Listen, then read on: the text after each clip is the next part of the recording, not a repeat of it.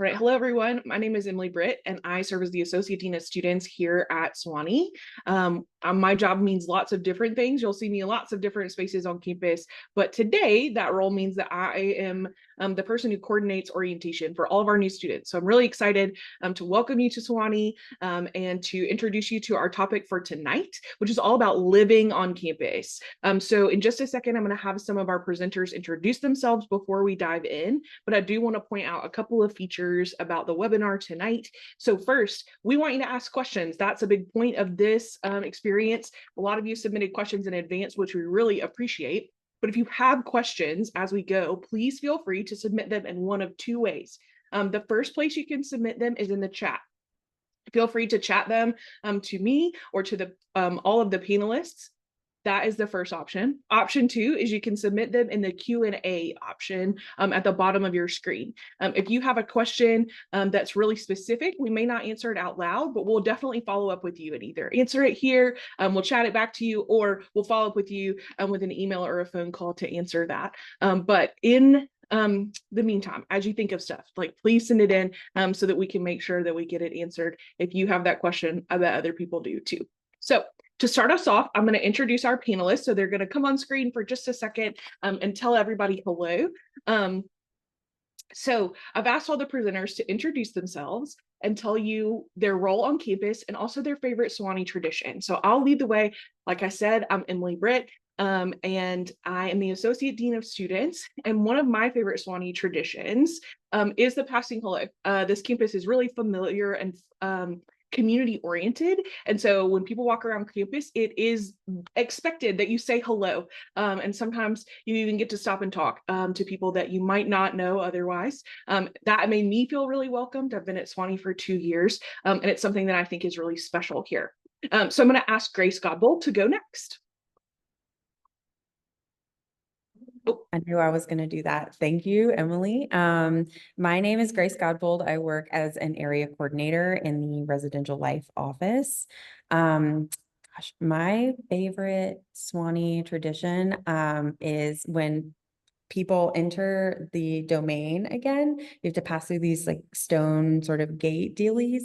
And usually when an alumni or someone that's close to them passes back into or is leaving Sewanee, they'll tap the roof of their car. And it is a very sweet little tradition that is now muscle memory for me at this point. So that's definitely mine. Awesome. Thanks, Grace. Keegan, can you go next? Hey everyone, my name is Keegan Glaze. I'm a student athlete here at Sewanee. Also a part of residential life. I serve the role as a proctor here at the university. My favorite Sewanee tradition is definitely the gowning ceremony. It's a real big honor to be a part of the gowning ceremony, and there's it's a really great environment as families, friends are all celebrating, and you also get gowned by another gown student. So it's a really really nice moment. That's great. Caroline, can you go next? Hi, y'all. Welcome to Sewanee. We're excited to have you. I'm Caroline Thompson. I'm the Associate Director of Dining here. And I agree with Emily. My favorite tradition is also the passing hello. I just really, everybody's walking around and you get to run into people that you don't get to see very much and solve problems and also just hang out. So it's really lovely. Awesome. And Elise. Hi, everyone. My name is Elise Tarhan. I am the Director of Operations for the Wellness Commons and the Associate Director of Counseling and Psychological Services.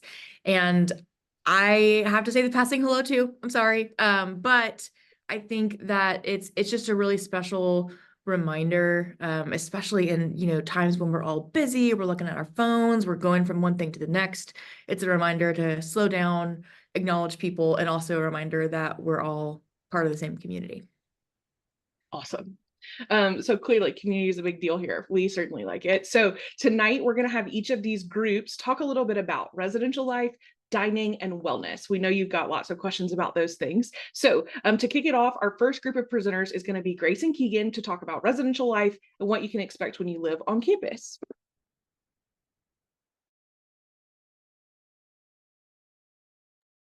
All righty. Thank you, Emily. I'm going to share my screen with everyone, and Keegan and I are just going to jump right in. Okay, so once again, my name is Grace Godbold. I work in the residential life office as an area coordinator. And Keegan and I are going to talk to you a little bit today about what it is like living at Sewanee. There are several cool things we're going to talk about, but remember that there's an opportunity to ask really great questions at the end. So write something down, and we're super excited to hear from you guys. The first thing we're going to jump into today is let Keegan reintroduce himself and talk a little bit about what a proctor is at Sewanee. So I'm going to go ahead and jump right in. Go ahead, Keegan. Hey everyone, Keegan again. So, the first thing we want to talk about is, what is a proctor? It's very similar to something at another university, resident assistant is a term. I've been a proctor here at Sewanee this is my third year. And fun fact, Grace was actually my first area coordinator at the university, so that was really fun. But there's definitely a lot of responsibility and different roles that are part of this position. So I would say the first role is, to definitely be a representative of the university, whether that's, maintaining a certain grade point average, or just,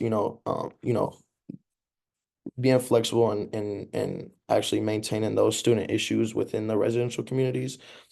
Um, so what I like to, think of it as like having like an older sibling almost. Um, just having, someone to talk to is something, really important.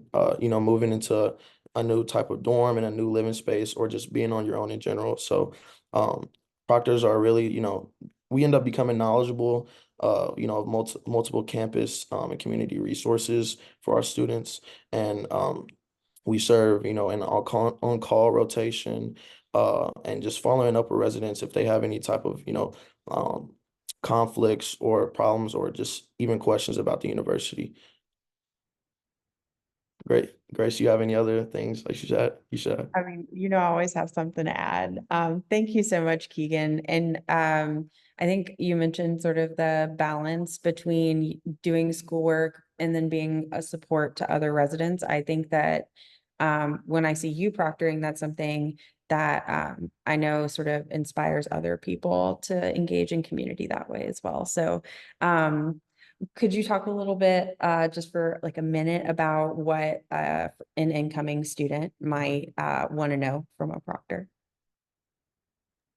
Yeah, so we're definitely here to, make your experience a lot better. Some people might be, feeling worried that, the proctor in the hall is, always trying to get me in trouble, or, looking out to get me. It's definitely not the case. We're definitely here to, serve as a representation, as a helper, as a slide say, and we're leaders in this position, is why we're selected, for the position. So definitely just looking to help. Yeah, absolutely. Alrighty, we are gonna jump on to. Okay, so something cool that I wanted to show everyone today. So this is a list of buildings that first-year students could live in. And one cool thing about Sewanee is that all of our residence halls look way different, and even the rooms in them can look really different depending on what floor they're on, sort of what they're near.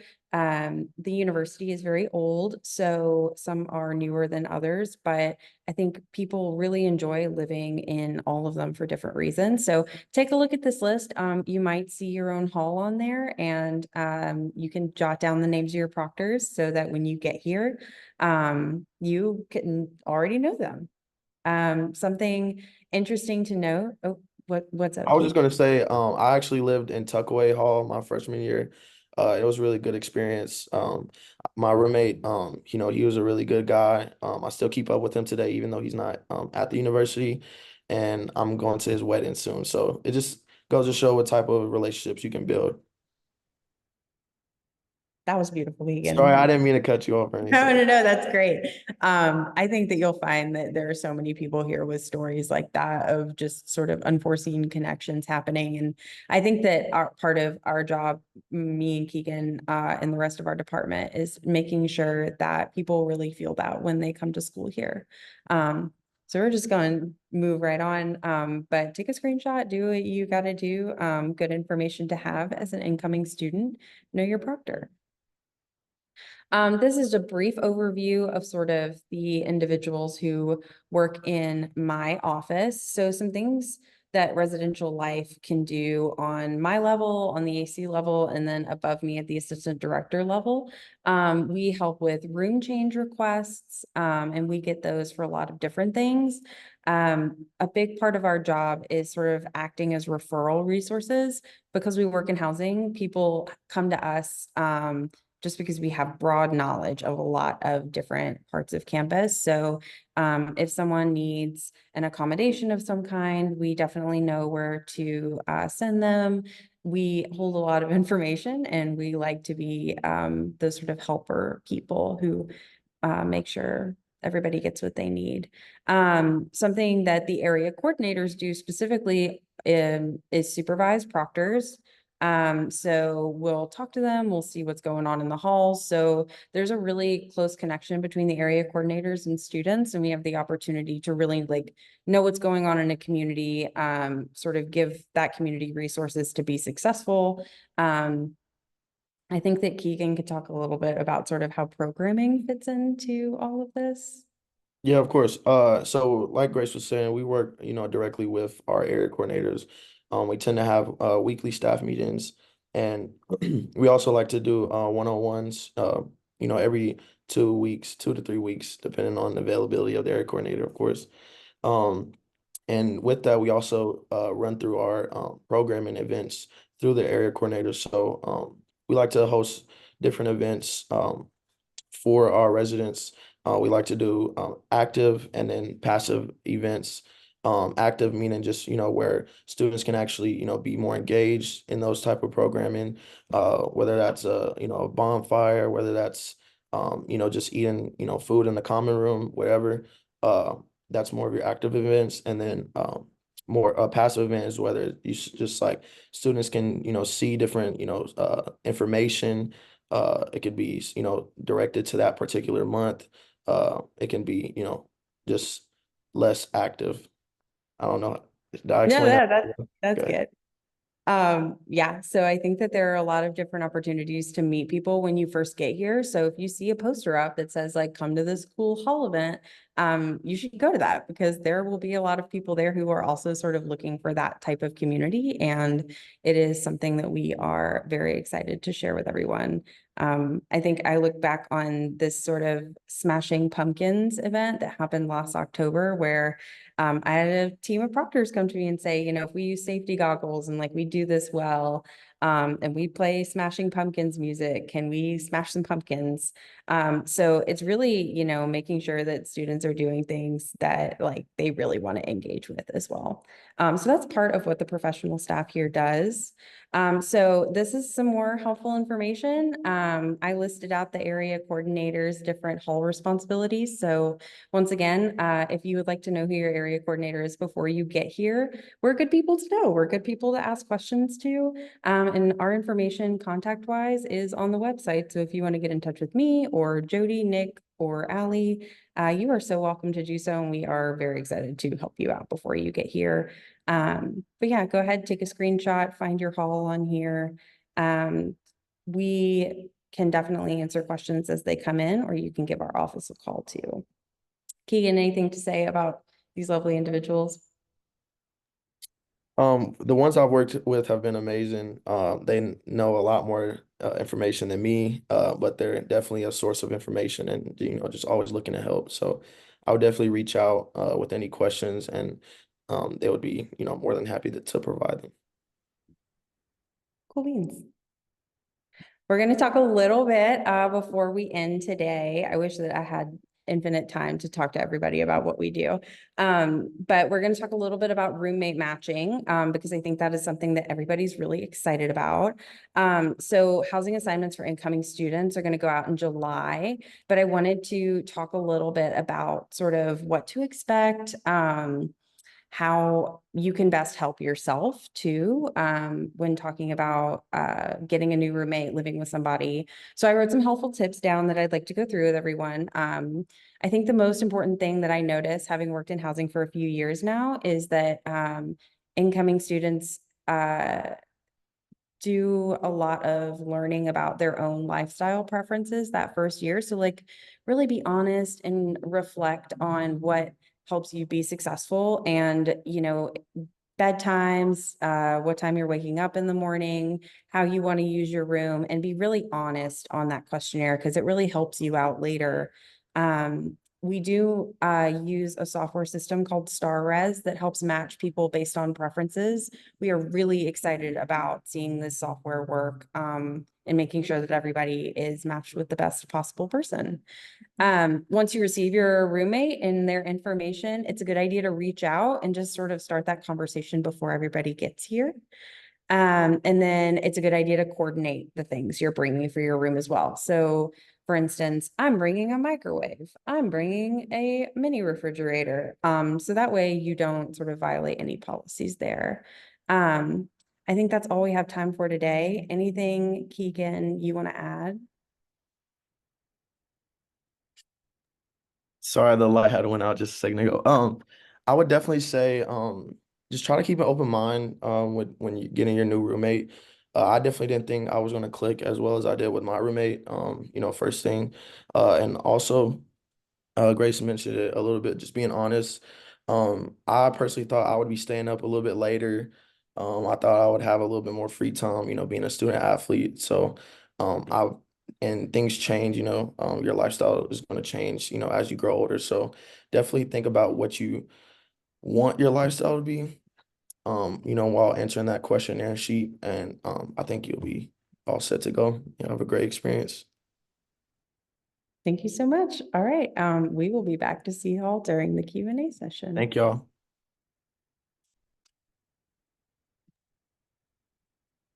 Thanks, Grace. Up next is going to be Caroline from Dining, to talk all about eating on campus.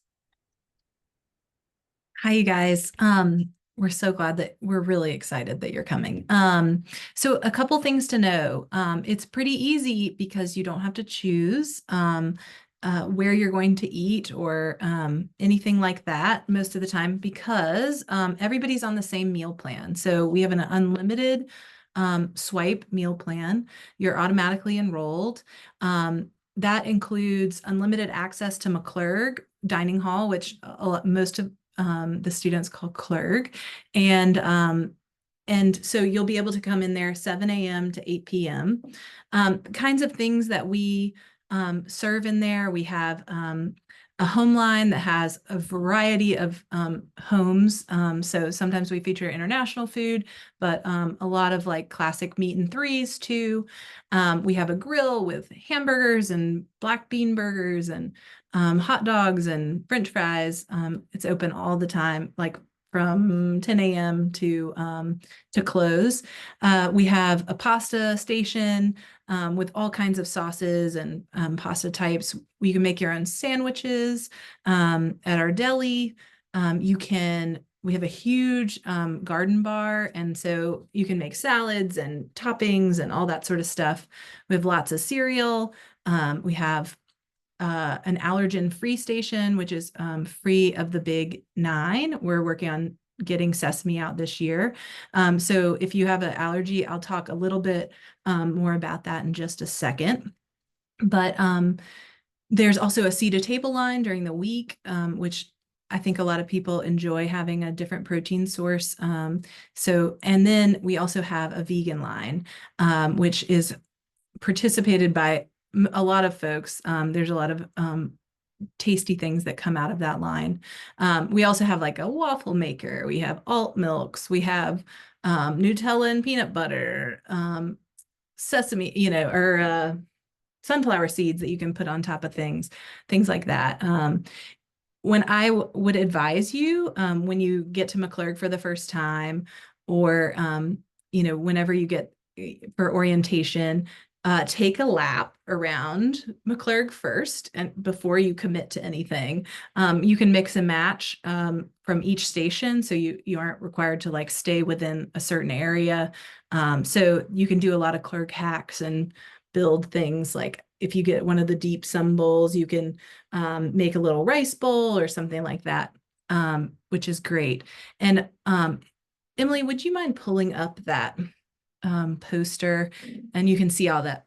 So in addition to unlimited access of McClurg, you'll also get, and I just found this out this afternoon, and I haven't had time to change the flyer, but you'll get $175 of flex dollars to use at retail locations.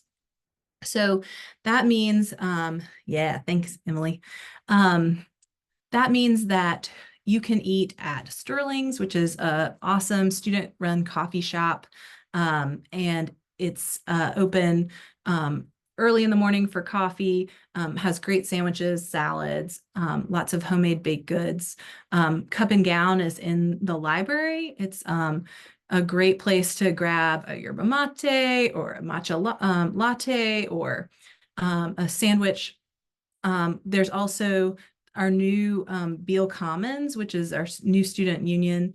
And we serve boba and build your own bowls, which are delicious. We also have some like a lot of appetizers that you can share with your friends, chicken tenders, pot stickers, all that kind of stuff.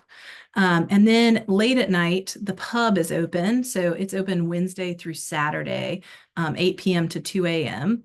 And so that's where you can go and get a burger, chicken fingers. There's lots of fried cheese products, which are everybody has their favorite one. So you'll have to come decide which is your favorite. And we also, you can use your flex dollars at our downtown partners. You can see that on our website. In addition to flex dollars, you can also have your friends and family add domain dollars. So that's in addition, once you've gone through your $175, then they can add money, so you can also enjoy anything, whether it be on campus or in the village. So we're excited to have that.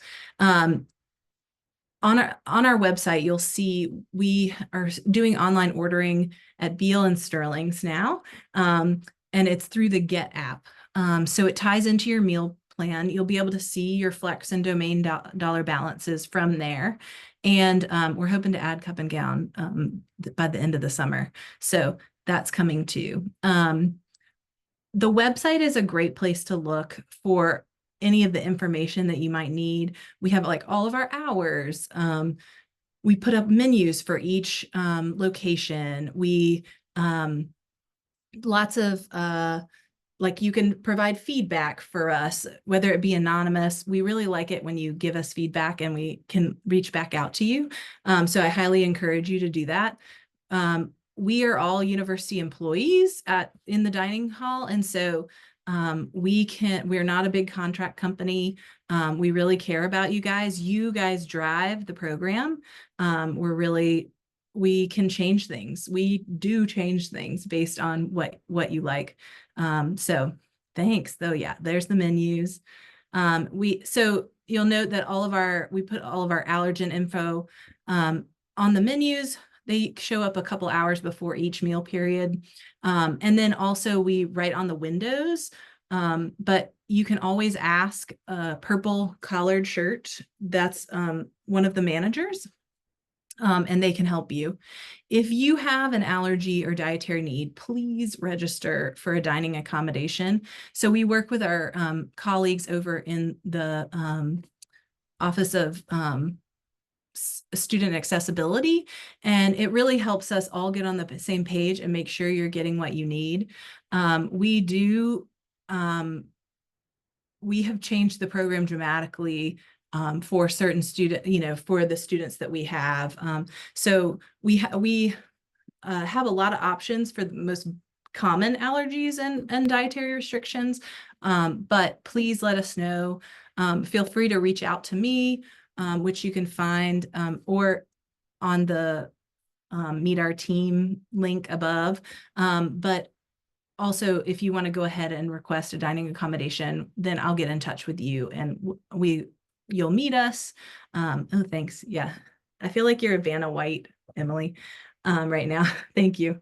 And we'll get to know you and introduce you to our staff so that you feel comfortable asking questions and getting what you need.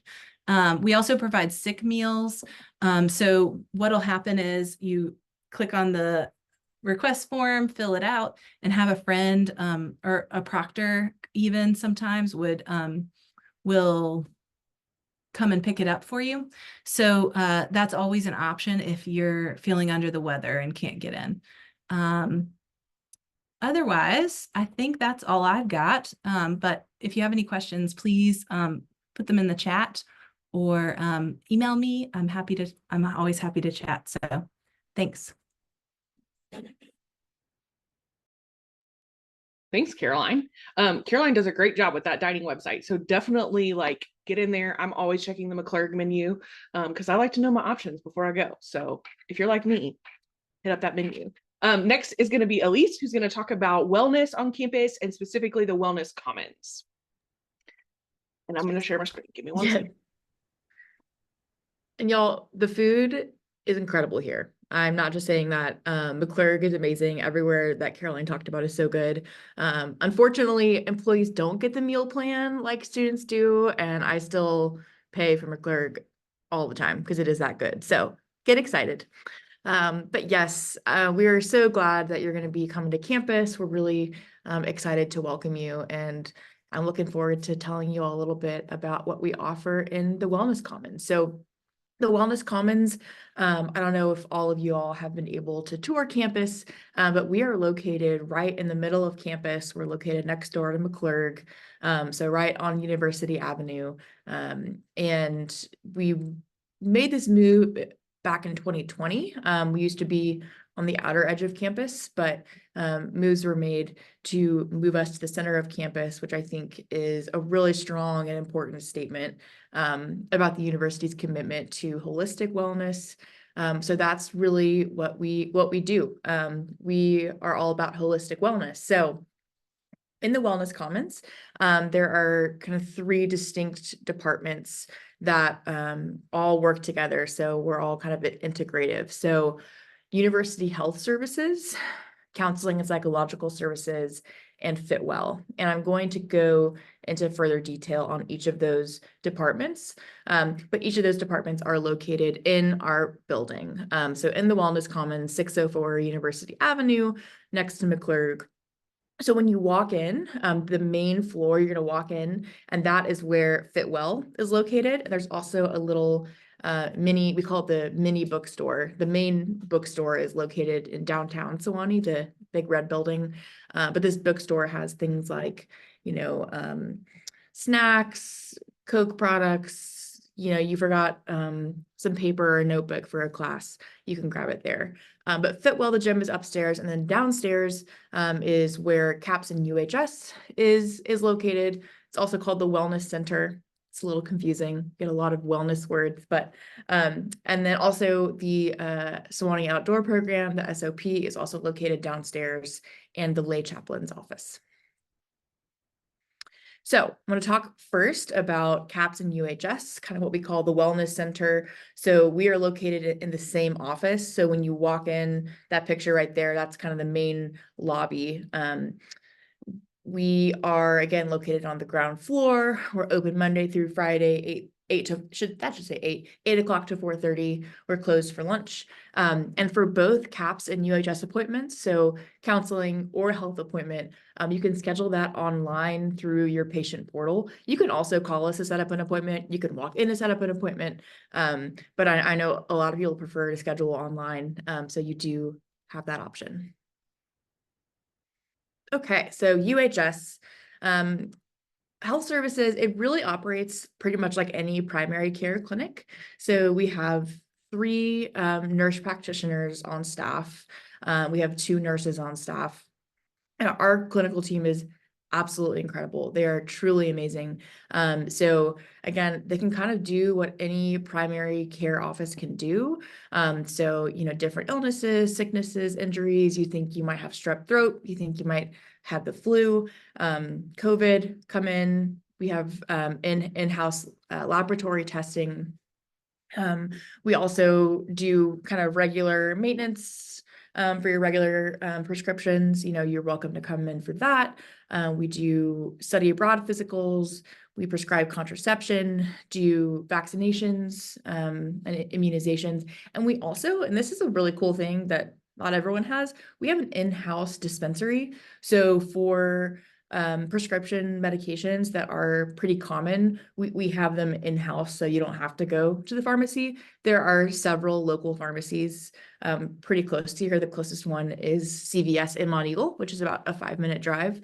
But we do have a lot of medications here in-house to just save you the trouble of going to Monteagle. And then also, if what you're needing is beyond the scope of care, so it's kind of beyond the primary care scope of care, then we will walk you through referrals. So we will make sure that you get connected to someone who can kind of treat the condition that you're seeking help for. CAPS. Okay, so as I mentioned, so I oversee the operations for the Wellness Commons, but I'm also the associate director of CAPS. I'm a licensed clinical social worker, so I'm a therapist as well. So I see clients as a therapist, but then also kind of help oversee the different departments here. So CAPS, we are a counseling center that provides individual therapy. We offer group therapy. And I'm really passionate about mental health, and I'm a firm believer in, get in before things get bad, come in early. And here in CAPS, we really pride ourselves on getting you in quickly. So you can schedule online. You can typically get in the same week. But if you can't get in the same week and you're like, I really needed to speak to someone, now, we do offer same-day appointments every single day.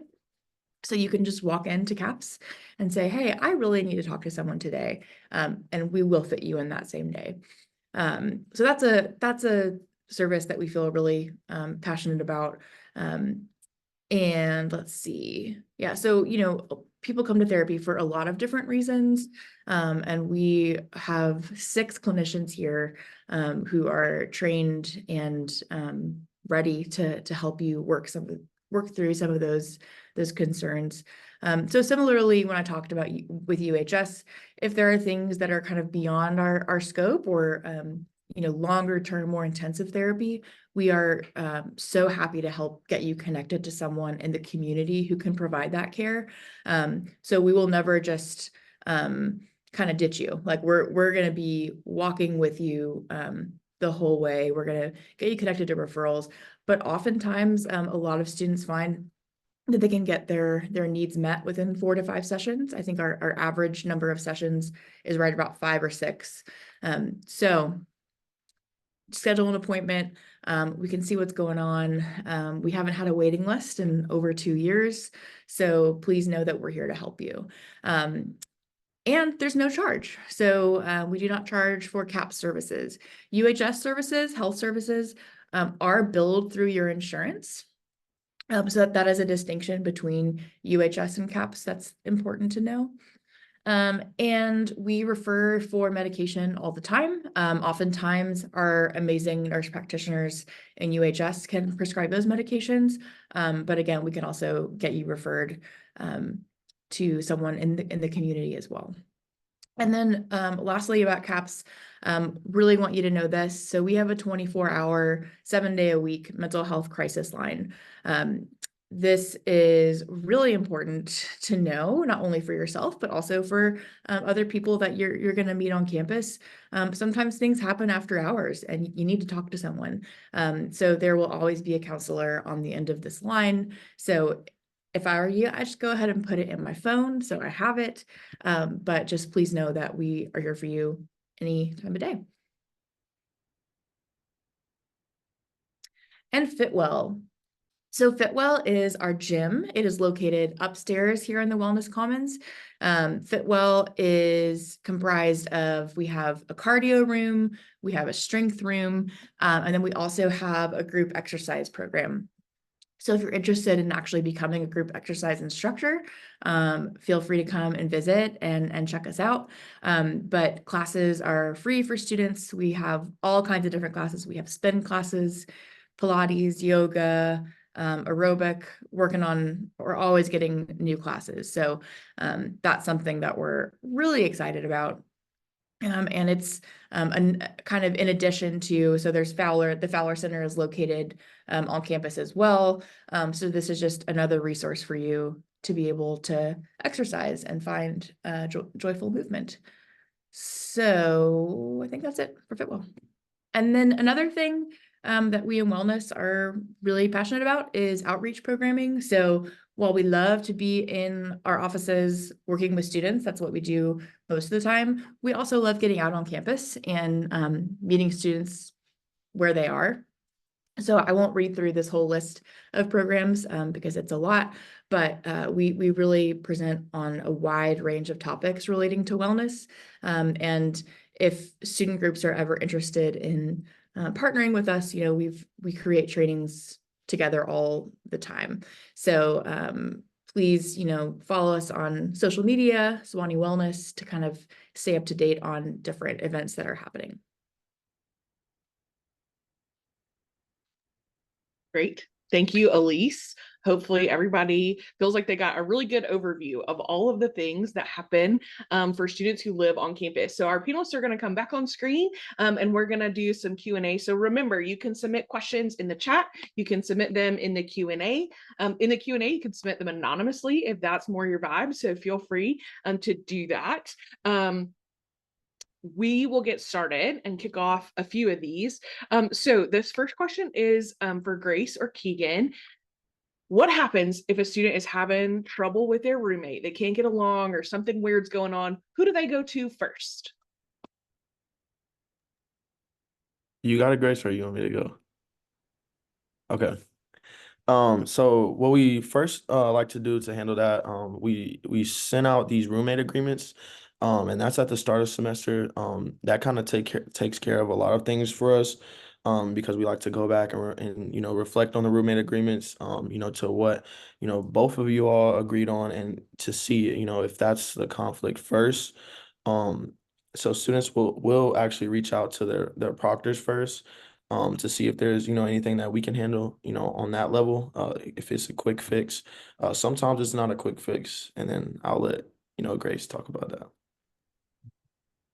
So some things that are on that roommate agreement, and the reason that I think it's so important to sort of reflect on your lifestyle prior to getting here is because it prompts you to think about things like locking your door, which has to do with security. It prompts you to think about sharing a space with a new person. So what time you're going to bed and what time you're waking up. And the purpose of this is to sort of help you and this new person not to have to sort of run into trouble first. You've already talked about carrying your keys. You've already talked to your suite mates about what like using the restroom is going to look like.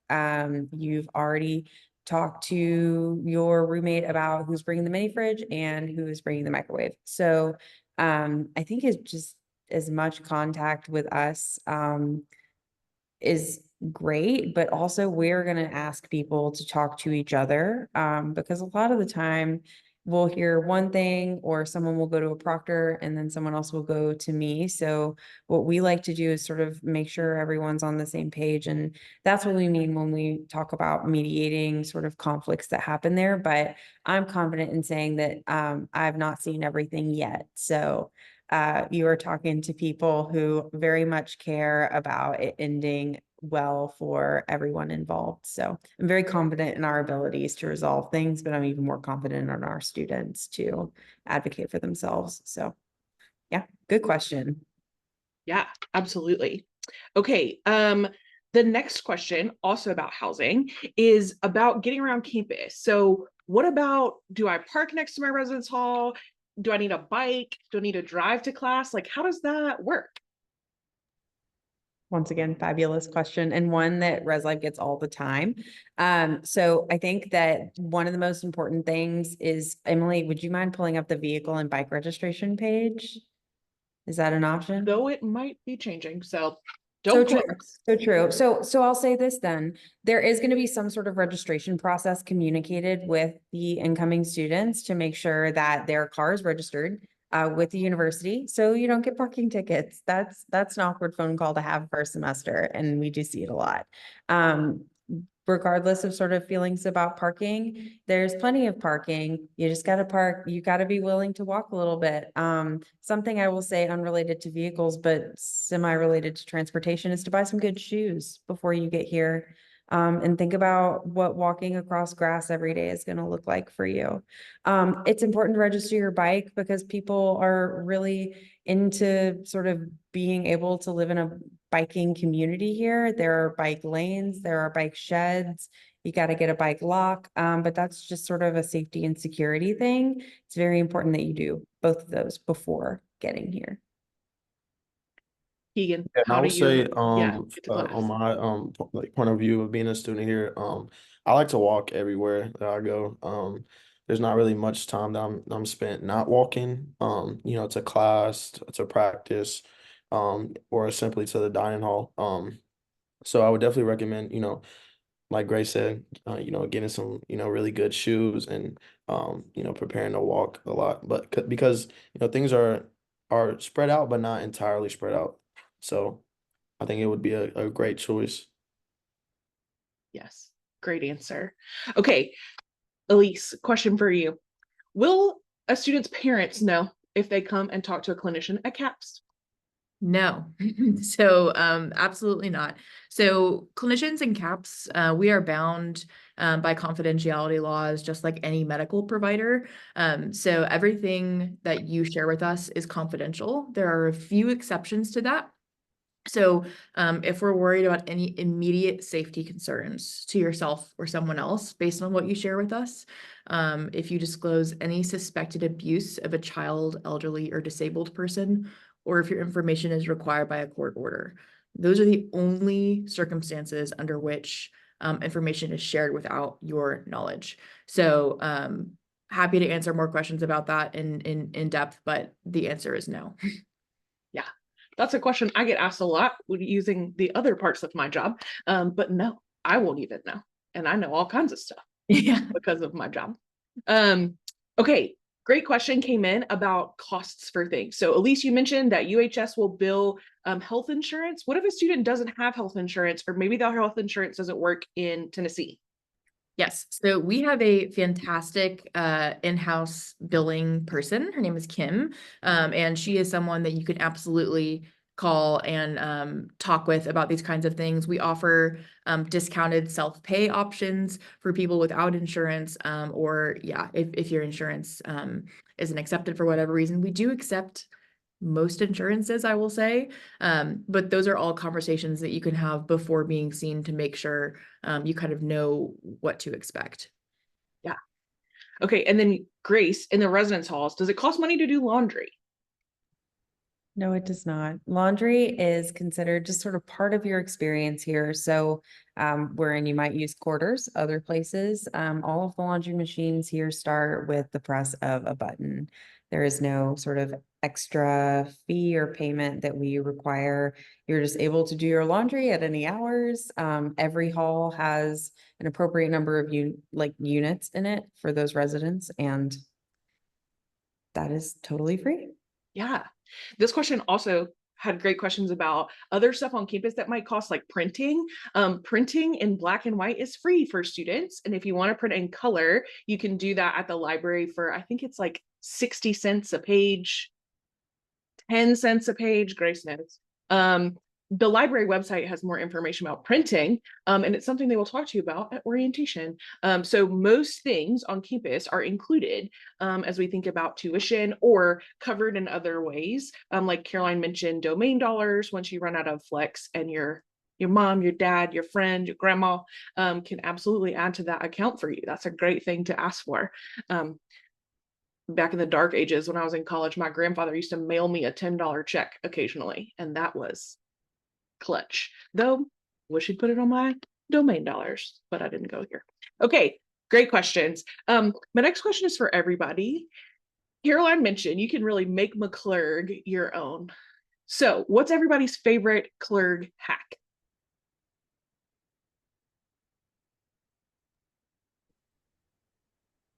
Who's going first?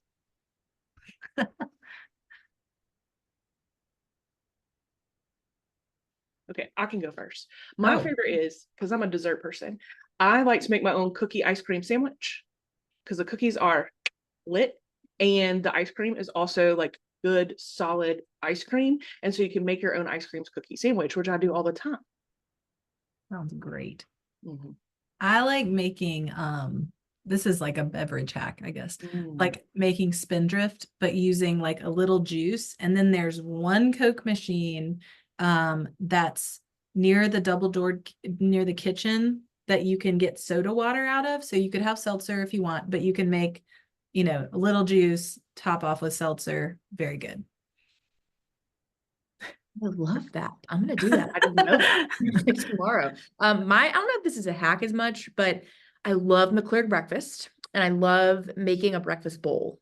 So there's so many different things you can like put into the bowl, but I love to do grits, eggs, cheese, potatoes. Yeah, breakfast is so good there. I think, sorry, Keegan, you want to? Yeah, I'll go. I have a lot of different things I like to do. I like to do root beer floats. I don't know if you guys like to do that. There's root beer, many different types of sodas. If y'all are feeling more of like an orange cream type, I like to do that, and I also like to do like go to the sandwich line and grab like a tortilla and make my own wraps like with chicken, rice, and other vegetables I like to do. It's really good. Good. I think one of my favorite things to do is make my own sauces for things, sort of like mixing together ranch and sriracha, like for vegetables or for pizza. And I want to say that you can also, this also isn't a hack, but you can get your eggs any way you want them in McClurg. I think that I want to plug the omelet line. I didn't talk about that, so thank you. It's really just such a wonderful thing to have. Is like, and breakfast is also my favorite meal of the day at McClurg, and just always has been. But you can really get anything you want egg wise, which I love, like scrambled eggs and an omelet. And I think that's what I tend to gravitate towards, is just being creative with that and being like, can I please have cheese, or like, it's just good. And they're so like happy and excited to like feed people and talk to people. So yeah. We also have a big seasonings and hot sauce section, and ketchup and mustard and things like that. And if you fill out the feedback form, we'll try to get the one that you want, because everybody has their own that they love a lot. So we've got a couple of alums hot sauces and stuff like that. So it's a good way to, if you're getting, you eat in the same place a lot, you can spice things up a little bit and make it your own. And there's something about a sandwich made by somebody else that makes it taste better. So, as always, you can have a turkey sandwich that will be delicious. Okay, Grace, in the halls, it's winter break. Do I have to move all the way out? How does that work? Ooh, that is a really great question. We get this a lot, especially from incoming students. No, short answer, no, you do not. There are specific things that you do need to do, like unplugging your fridge and defrosting it so that you don't come back to like a really soggy carpet. There are other things that you need to do, like take your key and lock your door. You don't need to turn your key in. You're going to keep that all year. So you go from August where you get it, and May when you turn it in, and you don't give it back to us in the interim. But yeah, so I think that the most important thing around that time is to be checking your email to make sure that you are doing what you do need to do. That does not include moving all of your stuff out of your room. Okay, this question is for Keegan. Keegan, what's the one thing you think that students might not think to bring with them when they move in that they absolutely need in their room? Putting you on the spot. That is a good question. I don't really watch. I was gonna say TV the first thing, but I really don't watch that much TV. And like a lot of people are gravitating towards like iPads and Mhm. things like that. I would definitely bring. I think a microwave is really, really like convenient. People might not think, because a lot of the halls already have microwaves and have their own kitchens. I like having my own microwave just to do my own popcorn, reheat my food, and I think it's just so much more convenient having it in your own room. So I would think to bring that or a mini fridge. I think those can go like hand in hand. Yes. You want to be set up, right? If you need a little midnight snack. Right. My tip is bring slim coat hangers so you can fit more things. And don't bring everything you own. You're not going to wear it. And you're not going to use Right. it. I think that's a really good point. I would say definitely bring clothes like depending on the season. So like once you do go home, for that winter break, maybe, take all that, all the summer stuff away, bring more of the coats and it gets really cold in Swanee, so definitely how did I forget? Bring an umbrella or a rain jacket. It rains Mhm. sometimes here in Swanee, so definitely bring that. Sorry, that's number one. Number one. Yes, I was going to say rain gear. Very important. And like a waterproof shoe, a rain boot, something else. Because wet feet in class, miserable. That's just me. Okay. Um, Caroline, if I'm like really nervous about my dietary restriction, what do I do at this point? Yeah, so feel free, reach out to me or on our website, you can see dining services at sewanee.edu is a great way if you don't remember my name or something like that to get any information. I read every single email that comes into that box and tag all of my wonderful colleagues depending on what it's about. But if you have a documented allergy or like a celiac diagnosis or something like that, please fill out the dining accommodations request, which is you'll see in the chat. That is really helpful. Even though we do label a lot of things, we have the allergen-free station, which is separate. Knowing that you're here, and I'll check on you I usually in the beginning kind of check on you every 2 weeks or so. And if I don't hear from you, then I think everything's good. But it's nice because you then can reach out to us. We'll introduce you to our team. You can feel comfortable walking in the kitchen, asking questions to the cooks that are making the food. And so we're trying to make it really comfortable for you to advocate for yourself and what you need. So, and we bring in products and things like that, like the gluten-free brownies are so good that everyone else loves them too. Things like that. We just tasted some new little sorbet cups and stuff that we might bring in too from our new supplier. So things are coming all the time. We're thinking about halal meats. We're thinking about vegan options. We're thinking about gluten-free options, nut-free, all that stuff. So we'd love to hear what you like and bring it in for you. So. And Caroline, what if somebody's looking for an on-campus job? Can they work for dining? Yeah, we employ so many students, you guys. Probably I don't know that for a fact, but we have to be one of the biggest on campus. So you can work at Sterling's and learn to work an espresso machine. You can work at Beal and learn to make boba and all kinds of other goodies. We have students working at the pub late night, which is great for a lot of students who are really either academically busy during the day. They have lots of labs. And so it's hard for them to hold a work study job or student, just a regular job during office hours. So we have a lot of international students too. If you want something to do on Friday and Saturday nights, but you're not a big partier, we have a lot of students that work at the pub and they have their own friend group. It's really wonderful. So all of our cup and gown, they're all, big friend group too. So you can meet people that way. But yeah, send me an email, send the dining services email, and I'll forward it along to our wonderful managers of those outlets. You can apply for work study positions if you qualify through Handshake, which have they gotten? I don't know if they've gotten that yet, but you have probably gotten at least one email about Handshake so far from financial aid. But if you have questions, let us know and we're happy to answer them.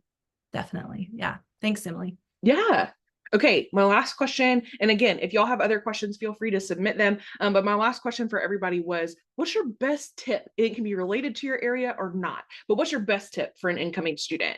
And anybody can start. I'll go first. I would definitely say set like small goals that you think you can obtain throughout the, your freshman year, sophomore year. Thing that I like to do and I'm gonna start continue doing is a letter to myself.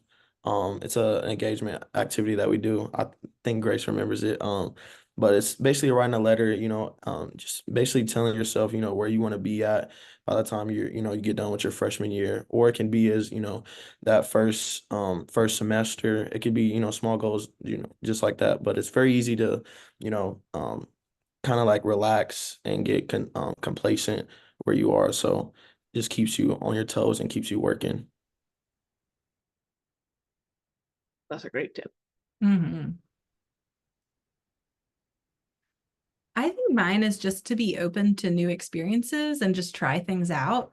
I know a lot of you are really involved in what you were doing in high school, and you feel like you figured it out your senior, year, all that, but there's just a whole world that's out here. And it's a beautiful place to explore, but there's all kinds of people doing all kinds of things. And like at the student activities fair, which will be during orientation, you can like see, sign up for something like and just try it. And maybe it's like, nope, you go and that's not for you. But I think it's really helpful to let yourself kind of entertain other things that you may not know about. So I really encourage you to do that. I would say no, it's great that you're here and attending things like this. Know what is available to you, know your resources. And if you do find that you're struggling, do not wait to reach out for help. We are here. We get up in the morning because we want to be here for y'all. So please know that and know that, sometimes I work with students who say, well, I didn't think it was bad enough, or, other people have it worse. None of that. Come talk to us. Again, we have same day appointments. Just because you come in once, you don't have to come back. You can just come in once and chat.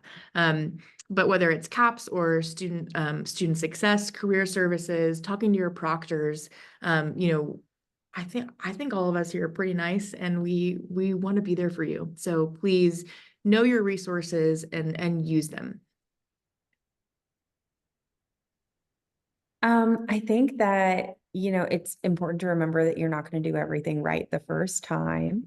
And that being patient with yourself and, like everyone else here said, sort of focusing on you and making sure you get the most out of your time in undergrad. I think that, this is the time to be selfish. It's the time to focus on you and your goals and your health.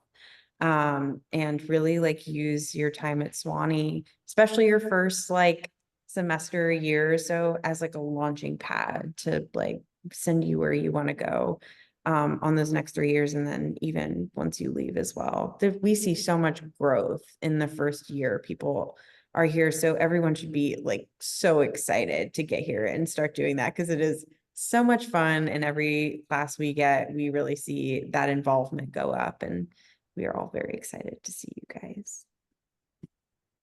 I think my tip is sort of a summary of all of these things, which is know that if you don't find your people right when you get here, that is very normal, and you will find them.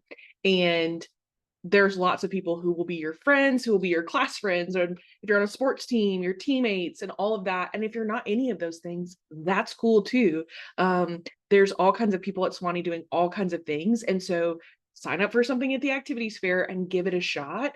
And if that's not the thing, it's okay. That's not about you. That's about fit. and you'll find the next thing that works for you. And somebody will be like, oh, you like this thing? Like, you should meet my friend Keegan, who does all these other things. He will be happy to introduce you, right? Like, it's not weird.